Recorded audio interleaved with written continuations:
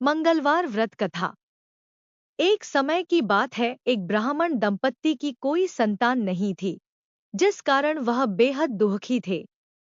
एक समय ब्राह्मण वन में हनुमान जी की पूजा के लिए गया।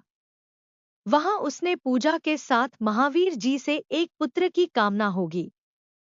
घर पर उसकी स्त्री भी पुत्र की प्राप्ति के लिए मंगलवार का व्रत करती थी।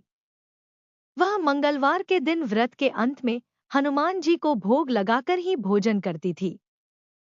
एक बार व्रत के दिन ब्राह्मणी ना भोजन बना पाई और ना ही हनुमान जी को भोग लगा सकी। उसने प्रण किया कि वह अगले मंगलवार को हनुमान जी को भोग लगाकर ही भोजन करेगी। वह भूखी प्यासी 6 दिन तक पड़ी रही।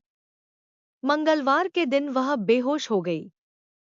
हनुमान जी उसकी निष्ठा और लगन को देखकर प्रसन्न हुए।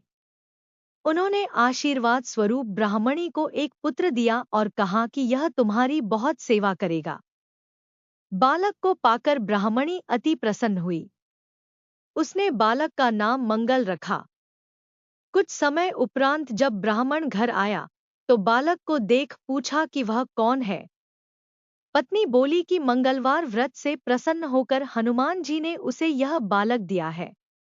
ब्राह्मण को अपनी पत्नी की बात पर विश्वास नहीं हुआ। एक दिन मौका देख ब्राह्मण ने बालक को कुएं में गिरा दिया। घर पर लौटने पर ब्राह्मणी ने पूछा कि मंगल कहाँ है। तभी पीछे से मंगल मुस्कुरा कर आ गया। उसे वापस देखकर ब्राह्मण आश्चर्यचकित रह गया।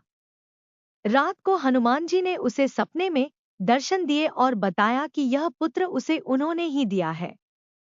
ब्राह्मण सत्य जानकर बहुत खुश हुआ। इसके बाद ब्राह्मण दंपत्ति प्रत्येक मंगलवार को व्रत रखने लगे। जो मनुष्य मंगलवार व्रत कथा को पढ़ता या सुनता है और नियम से व्रत रखता है, उसे हनुमान जी की कृपा से सब कष्ट दूर होकर सर्व सुख प्राप्त होता है और हनुमान जी की दया के पात्र बनते हैं।